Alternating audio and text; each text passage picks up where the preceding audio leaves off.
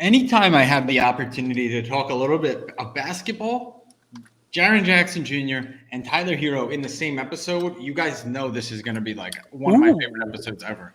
really? So, without further ado, guys, let's get into another episode of Lucas, Tigers, and Bronzo My. Man, sports are. I love October sports. We got a wild card game between the Yankees and the Red Sox. We got football kicking into week 5. I mean, we got so much cool stuff. Basketball preseason and the NBA season's right around the corner.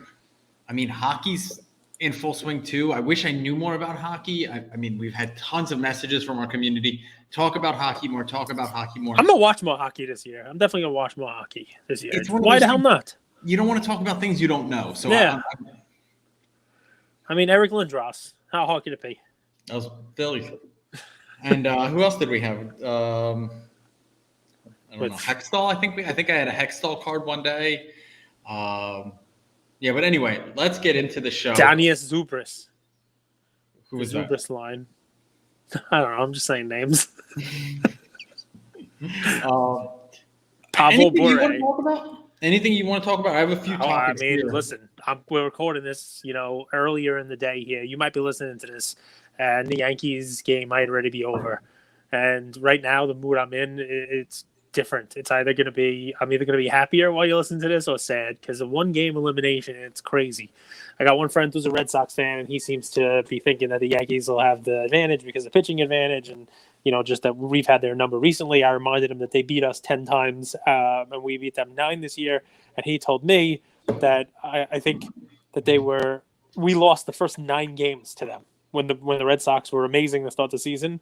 Like they were 9-0 against us the first 9, I think, basically. So we kind of had their number towards the second half of the season, but in a one game, elimination, anything can happen. So that's big for tonight. I got to make sure I get home early enough to, get settled in and watch it with my son. Is this a game? Let's say it was at in the Bronx. Would you take your family there? No, because I haven't been to Yankee Stadium in a long time, and I have been to playoff games at Yankee Stadium, many, many playoff games. I have not taken my son to a playoff game yet, though. Where the family day is like opening day. It gets a little cold out there in October baseball. I mean, he can handle it, but it gets a little cold, and kids. It's tough. I would hope an 8-year-old could handle a little bit of cold. It's tough when it's a summer day. It's these games. The Yankees Red Sox, they're like 4 hours long. And it's 4 hours in the cold, and there's a lot of like standing and getting. I mean, it's not. It wouldn't be ideal for me. He would love it, but it's a pain in the ass that I don't want to deal with. Here's what you need to do. Getting home. He needs to open a pack of cards every 3 innings. All right. Okay. How about he needs to eat a hot dog every 3 innings, and I eat one every out. I could no longer support the way that you promote. I never asked for your our community. Support. I never asked for your support. I'm gonna eat how I want to eat. You can eat how you eat, but man cannot survive on quinoa alone, my friend. You know what hot dogs are made of? Lips and assholes. Let's talk a little bit about the NBA. No, that wasn't where you were going with what hot dogs made of. No. Does anybody know what movie that's from? The line is being spoken by raccoons in the movie, because that would be great. People are really catching on now that I drop an Easter egg movie line in every single episode. People are really starting to message me about that. It's pretty fun. Go back. You'll find some fun ones. Go for it. Cage is Teflon Cage. Cage will never be canceled in 2021 because he's just going to say, well, that's from a movie. No, but it really is. Lips and Assholes. It's from a movie. It's from the movie The Great Outdoors, in case, people weren't going to get it. John Candy, Dan Aykroyd. And they're eating hot dogs, and the raccoons are always knocking over the garbage pail at their cabin, saying, "What do you eat?" And of course, the rich brother-in-law brings lobster tails. He's like, "Oh, we got lobster tails." He says, well, "Hot dogs? I'm not gonna eat a hot dog. You know what a hot dog's made of? Made of lips and assholes." That's what he says. It's all the leftover meat, but I still love it. All right, well, I got a quote for you. When was the last time you had a hot dog? Dude, I used to play chess. Well, I'll tell you real quick. My favorite food growing up was Oscar Mayer hot dogs fried with 5 sunny side up eggs. See, now that sounds fantastic. But here, let me tell you what just happened there. You ready? Watch this. This is the school of how Andrew answers questions.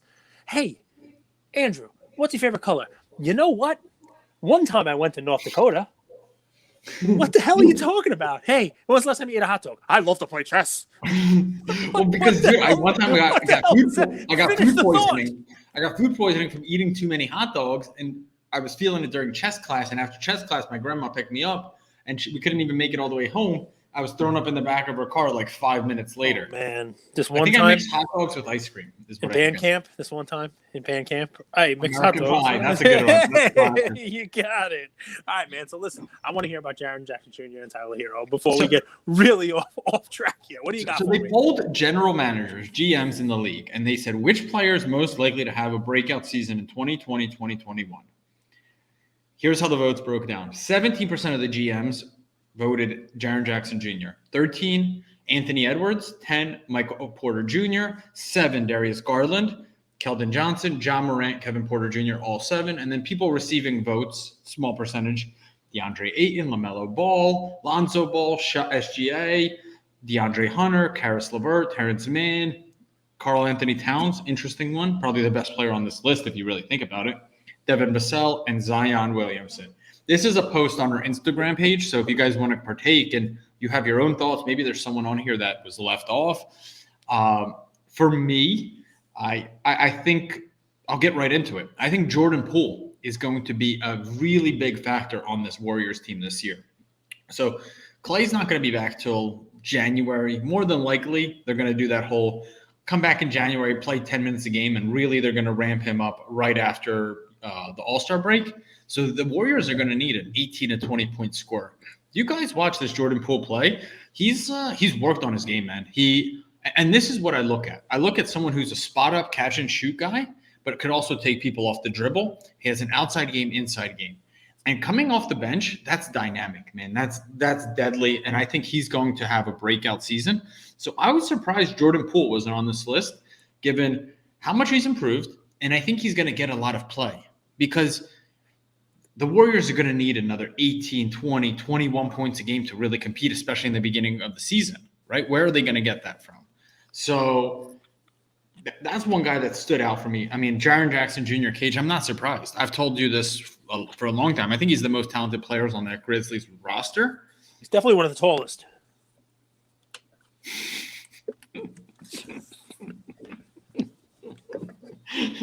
This is why I make the big bucks. I don't understand. It's like this is his first show. So now on episode 456, remember how to do a podcast. This is one of my favorite episodes so far. So I remember how to do a podcast. North Dakota. He's the tallest.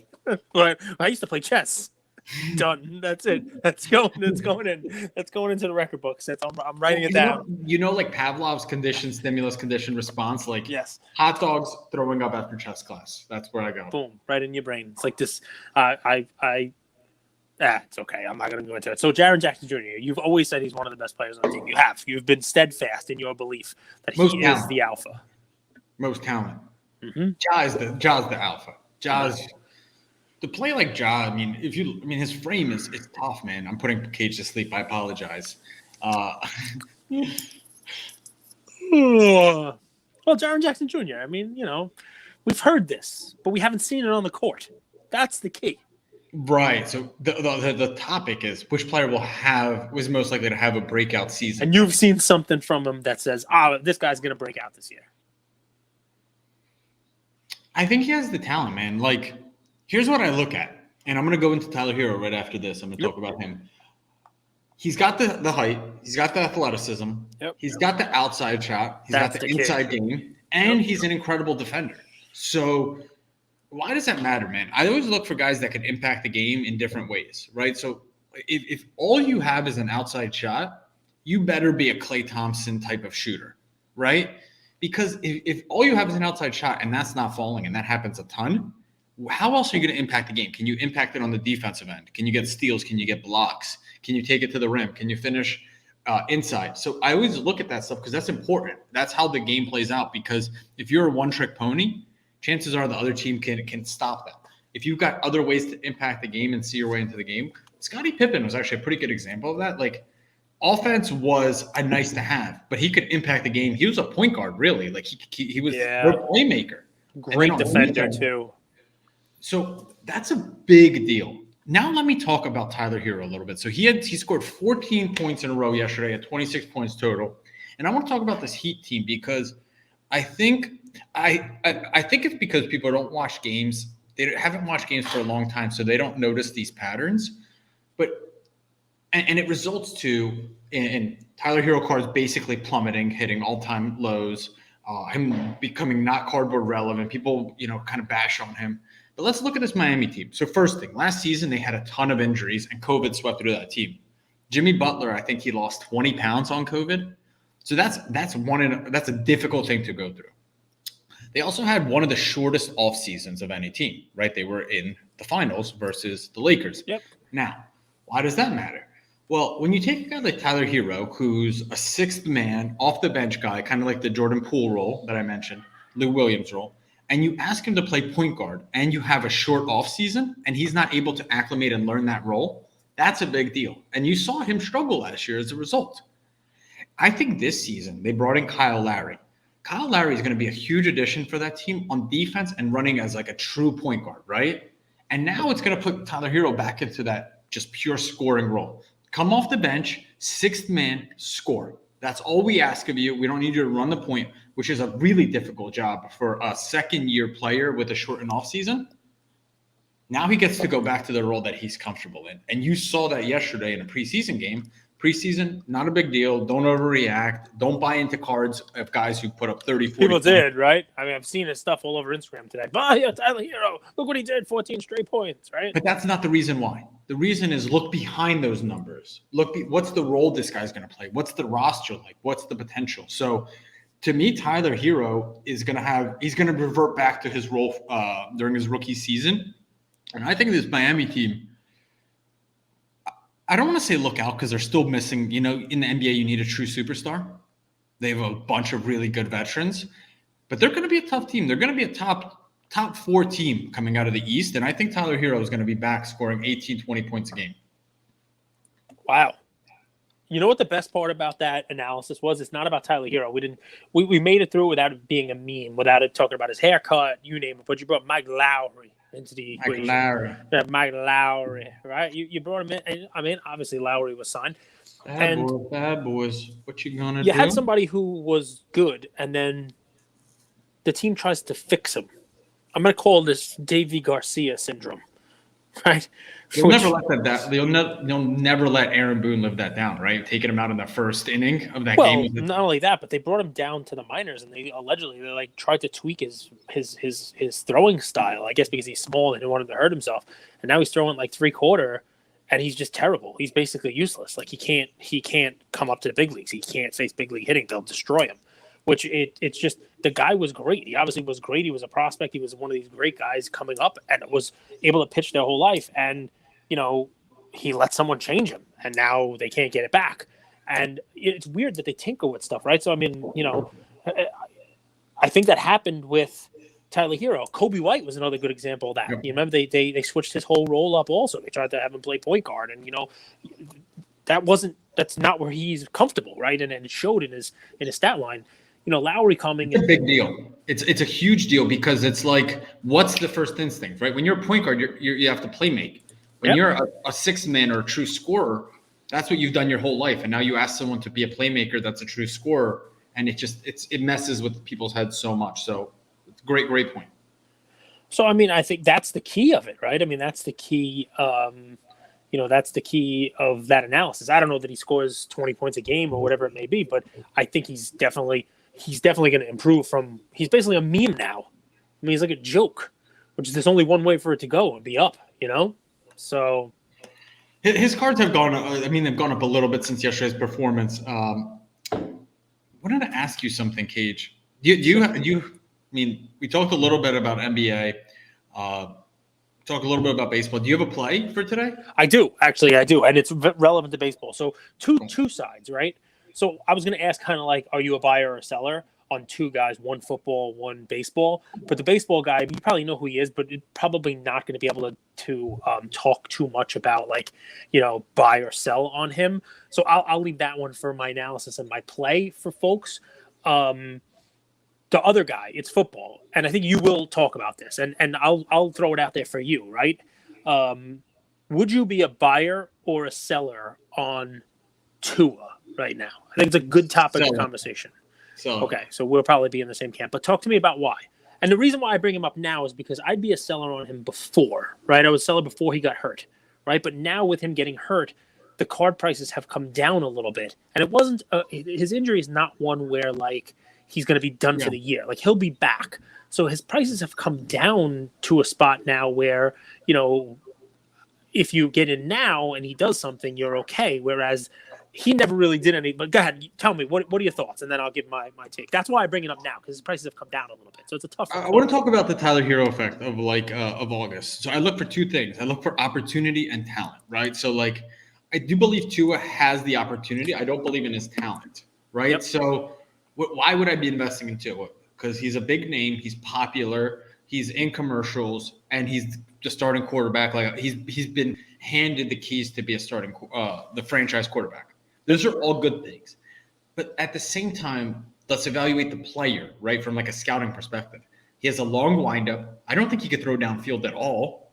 He's not very athletic, so he's not truly a runner. So I think he's very limited on his upside. So the opportunity is there for him to step into and be successful. I just don't believe in his talent. I think I'm with you. I mean, I throw it out there only because if you are a believer in Tua, now's the time. For sure. You know, because his cards have just fallen off a cliff, you know, because he got injured, which is always a great buying opportunity. I was a seller on Tua before just because I've never seen anything from him that looks like he'll deliver at this level. But if you are a buyer. And second thing, guys, everyone's a different type of investor. Like I like to invest in players I believe in, and I believe in their talent, and I think they have an opportunity to step up. Malik Monk is an interesting example of that. Like I think he might have some opportunity early on in the season. Later on in the season, I apologize. I don't think he's going to get that much play in early on, and I think he's talented. But there's other guys that invest, and they don't even look at the player as much, and they're like, "Oh, this guy has been sold off 70% from his highs. I could just buy it and make a profit on the VIG. It doesn't have to be Tua or anything. They're investing in more of the pattern.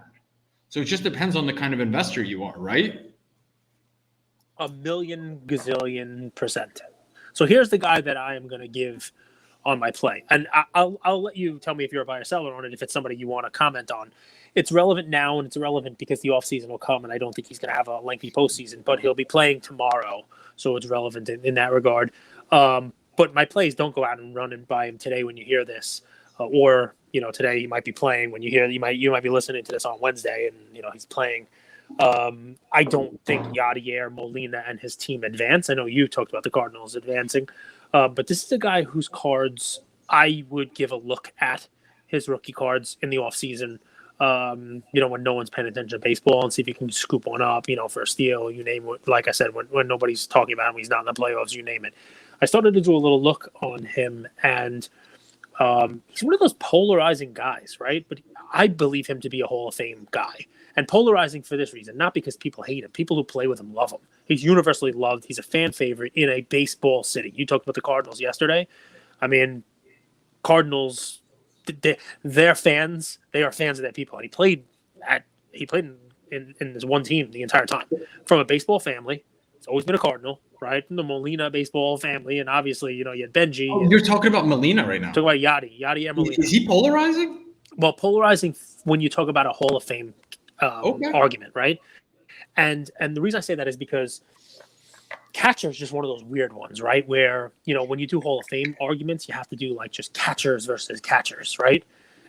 Because catchers they don't play as many games, they have to sit out. They just, and while he's got some longevity, if you look at his numbers, strictly speaking, WAR numbers, overall numbers, slash lines, you name it, he doesn't really fall into the category where you would have a Hall of Famer, right? I took some notes. I wrote them down when I was doing research on this, right?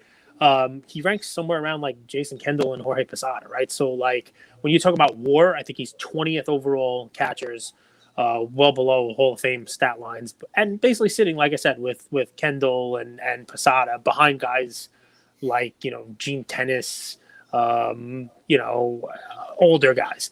Now longevity counts for something, right? He He's got 2,090 career hits, which puts him 10th among catchers. Puts him above guys like Johnny Bench, Bill Dickey. Great name. Had to throw that in there. 397 doubles, 7th, and a shot to get to 3rd, right? If he plays another year or 2. Joe Mauer has 428. 983 ribbies means 17 away from being the 15th catcher to get to 1,000. Only 12 catchers have ever been to more All-Star games than him. All offense, but if you look at just his offensive stat line, his 97 OPS plus means he's actually below league average by 3 points. And WAR, right? Again, average at best. Definitely not Hall of Fame WAR. People talk about his postseason numbers. They're actually, believe it or not, below league average. He's got a bunch of hits. He's been to the postseason a lot. Much better in the NLCS and the World Series than he was in the NLDS, and there's more NLDS games. But here's where it becomes polarizing. You just look at that and you say he's not a Hall of Famer. But he's one of the best defensive catchers, basically, ever, right? It's just nuts, right? He's thrown out 40% of would-be base stealers. League average is like 27. He even though he's not throwing them out, he's great at walking the runners back to first base and preventing those stolen bases. And he's just got, we talk about the it factor in baseball. Not that many guys have it. He definitely has it. He, in games caught, he's right up there with Yogi Berra. There's only a few catchers who have more, like Pudge, Carlton Fisk, Gary Carter. Yeah. So it's just. So I want to ask you, Cage. I'm looking right now at a Bleacher Report top 10 catchers of all time. Let me read these to you. Sure, throw them out there.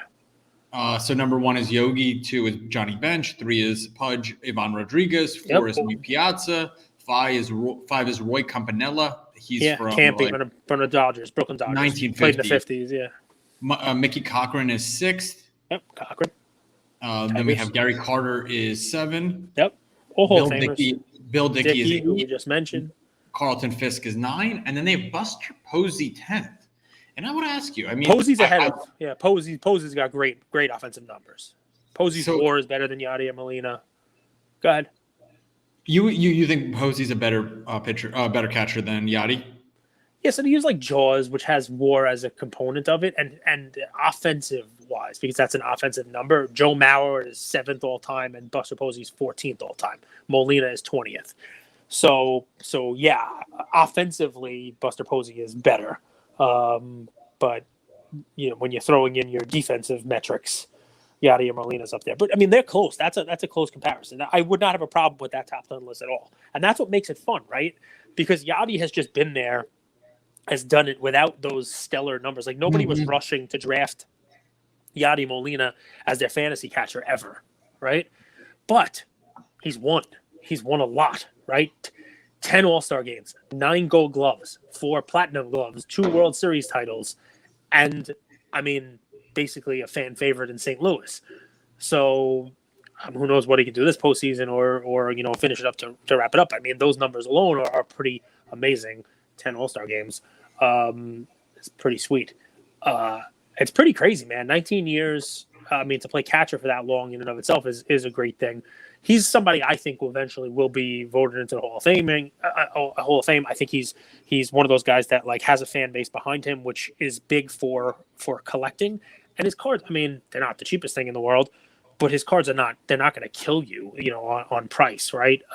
So again, nothing to run out there for, but in looking, it's funny. In looking at the stuff, I was like, let me research. Maybe maybe I'll watch Freddie Freeman, or maybe talk about some of these guys who are playing. And then I looked at that Cardinals thing, and I'm like, wow, Yadier Molina's been doing this for a long time, a long time. I haven't played fantasy. This year is football fantasy. First time I've played fantasy in 12 years. But when I played baseball, I remember. Who's drafting Yadier Molina? Who forgot a catcher? All right, just give him Yadi. You pick him up off the waiver wire. He's one of those guys that, in my opinion, what he adds and what he contributes to a team doesn't show up on the stat sheet. Doesn't show up in WAR. Yes. Just like a catcher's presence, right? He's seen so many pitchers come and go, and there's pitchers come out and speak about playing with Yadi and how he calls the game. How he, especially in the postseason, how he keeps them calm. Being able to throw guys out at second base is a huge thing for a pitcher. We all know that gives him peace of mind. So he's an interesting one, right? Like he's not cardboard relevant, but he's one of my favorite players of all time, Cage. Yeah. I mean, it's funny because I started researching him. It wasn't where I was expecting to go because, when you talk baseball now, just, if I told you I'm doing a baseball card play today, you would probably name 100 guys before Yadier Molina because of all the young stars that are in the game, from Acuna to Tatis and beyond, right? And, Yadi is not the way you go. But, when I was looking at that Dodger lineup and I'm like, all right, well, I mean, the power hitters, they're not going to run. Wow, they're playing Yadi. Look at some of this guy's numbers. I mean, it's just pretty crazy. It's pretty funny. I read a quote when I was researching it. Basically, like if you try to steal on him, it's because you just miss your friends in the dugout and you just want to get back to them.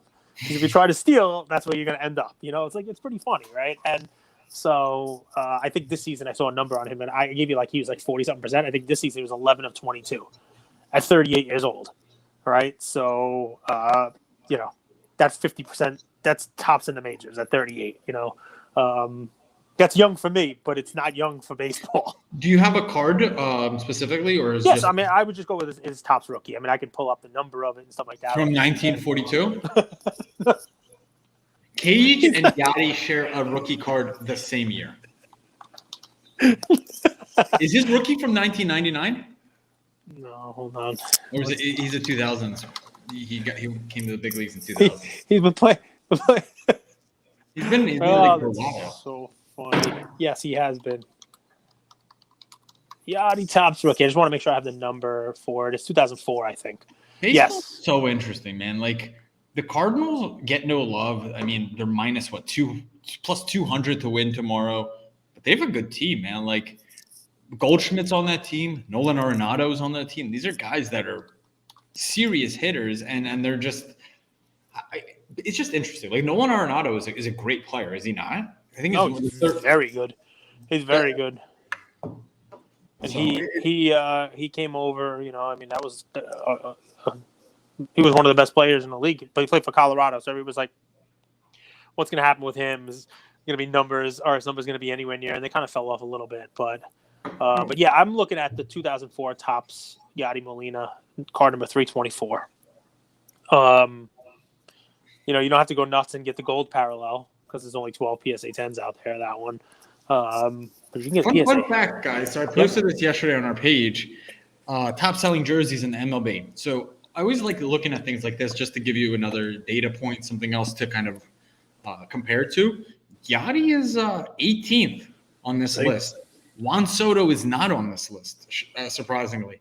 Manny Machado, like the villain of baseball, is 14th. And Nolan Arenado is 10th. So if you guys want, go to my page. I posted it yesterday, or our page, Luca Tiger LeBron podcast. It's interesting to see. Javi Baez is number 4 in the league, behind Mookie Betts, Tatis, and Acuna. Well, Baez might have switched teams, right? Did he go to? He switched teams. Yeah. So that's probably why you get a whole new fan base. Yachty surprises me only because you figure by now everybody on the Cardinals fan base would have his jersey. He's been on the same team since 2004, which is a cool thing, Talk about building up a fan base for you. But they really do love their players there. So yeah, I mean, number 324, 2004 tops Yadier Molina. There's a bunch of them on eBay. Grab a raw one at a show maybe that looks nice and go ahead and grade it. You never know. You never know what you might get. White border, pretty easy to tell whether it's centered, and check out the corners of it and stuff like that. Looks like there's a couple of PSA 9s reasonably priced on eBay here as well. So it was odd. My research took me down a weird rabbit hole. It was not where I was expecting to go. I was hoping to get you a fancy name, an Ozzy Albies maybe, who I've talked about a couple of times and I kind of like. But I'm like, all right, man, this Yadier Molina, I think he goes in the Hall of Fame. I mean, it's nuts. It really is. I think he's a Hall of Fame player, which it's very interesting. Let me ask you. So, my play, I'll just kind of summarize it, and then we'll get into the last topic, and we'll wrap. It's whether it's Jordan Poole, Tyler Herro, Jaren Jackson Jr. Take a look at somebody like this heading into the NBA season, maybe 1, 2, 3 guys, and make some bets. Guys that have the talent, they've been beaten down, and now have the opportunity to step up. I think there's opportunity in all 3 of those guys, and there's probably some more guys that I'm missing, or maybe they're more your style of play. So We should take a do look at that.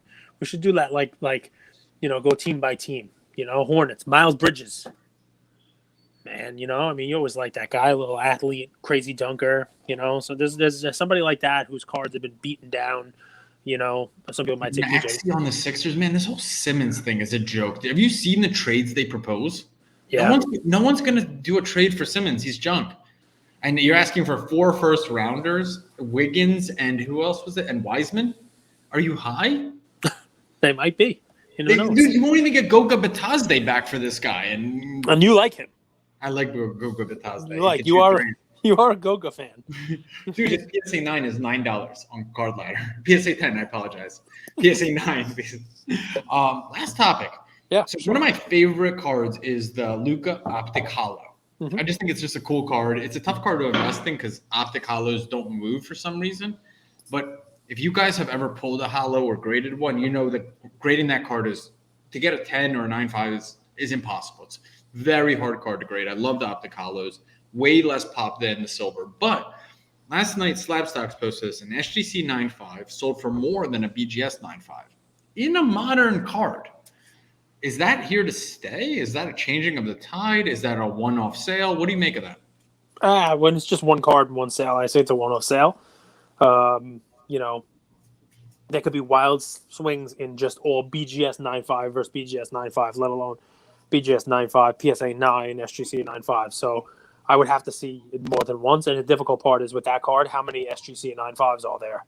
Not a lot of people sent that card to SGC. Yep. So let me. Do you think so? I have a theory. I think that the subgrades on BGS in the current landscape hurt them.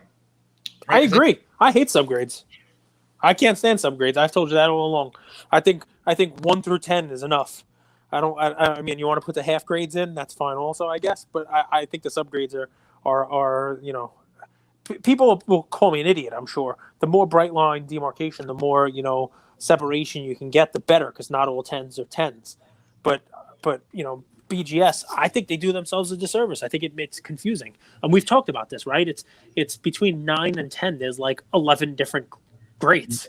Min gem, regular gem, gem plus, pristine 10, but not pristine 10, but not perfect black label 10. Like, there's just, come on. And I think this is why it is. So there's 2 collectors out there, right? There's guys who really want to know the condition of their grade, and they do like that. Like, they like knowing, the corner's a 9. So there's the people that grade cards to know what's the condition. But then there's people that grade cards so that they can compare apples to apples, right? So that they have like this frame of reference. Okay, a 9.5 here, 9.5 there, got it. For the people that like to know the grade of their card, BGS works great. For the market that wants to compare apples to apples, not apples to oranges, it's so hard. It creates so much variability. This one's a corner 9, this one's an edge 9, even things like that. My other play for today, guys, look at BGS 9.5s or any grade with no subgrades, right? Those cards are, if the BGS 9.5 with subgrades has fallen, the BGS with no subgrades has notoriously been disrespected on the secondary market, and you might be able to get some steals, 50% off of a SGC 9.5, and I have no doubt in my mind that that's a crack and cross to SGC 9.5s. Take a look at that. There's some BGS no subgrade cards, specifically modern, that might be worth it. You might be able to get a real steal out there. Nice. Crack and cross. Anything else, big fella? No, man. I mean, now I want to go on eBay and find some BGS 9.5s. Feeling like I gotta go do some cracking. You mean OpenSea? No. OpenSea's down. OpenSea's down right now. Oh no. It's all about eBay. I was talking about that. Just NFTs are interesting because the only real place that you could buy and sell NFTs is OpenSea, right? And think about what Rarible. Rarible? Do people buy on Rarible? Gateway. Yeah. I mean, not OpenSea's huge, right? But it's sort of like eBay, right? There are other places to buy, but it is the big one. But we're not talking NFTs. We're talking sports cards. Hey, let me ask you something. If I give you 1,000, okay, so but it's NFTs. Well, I wanted to explain why I was going with it. If OpenSea goes down, I think the NFT world panics. If eBay goes down, I'm not sure people panic that much because now you can buy on Golden Auctions, on Heritage, on PWCC. You can go on Star Stock. You can go on Only Alt. That's an interesting thing I noticed about those two landscapes. Like NFTs very much rely on this one single-handed marketplace that is very new. It's a very new marketplace. And if it's ever down for an extended period of time, and yesterday Facebook and Instagram were down, so anyone can be susceptible.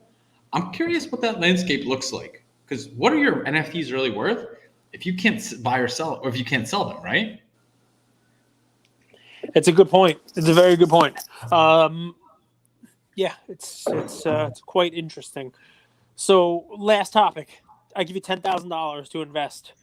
You got to put it in one or the other. Tell me why. And who do you pick? Josh Allen or Kyler Murray? Go. Josh Allen. I think he has a way easier schedule this year.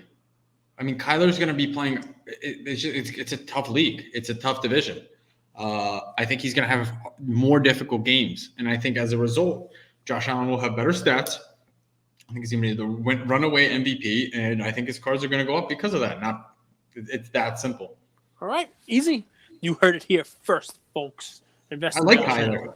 Kyler's improved. He's improved. He's gotten smarter as a quarterback. That's the key.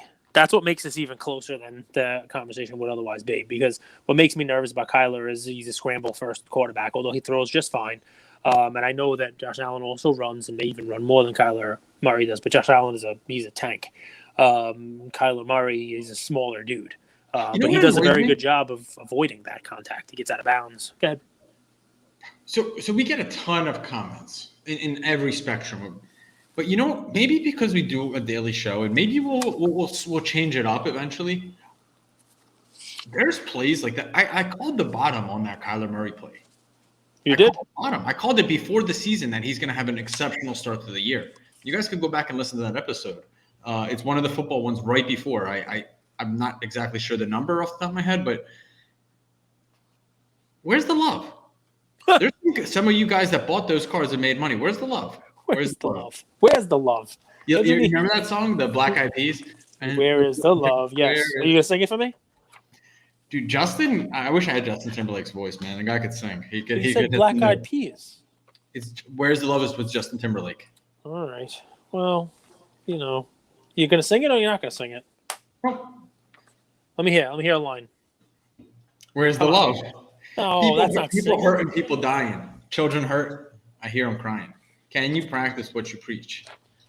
Turn the cheek and make a wish. Father, Father, help us. Oh, you're reading this? Guidance from above. Yeah, well, I don't know the words. I love it. I do kind of see myself in my 40s and 50s getting into like a little bit of poetry, like poetry nights. What are they called? Like not haikus, not limericks. You guys know spoken word. Is that what it is? Iambic pentameter. Roses are red. Lincoln is dead. His cabin is empty, and so is your head. Now let's go.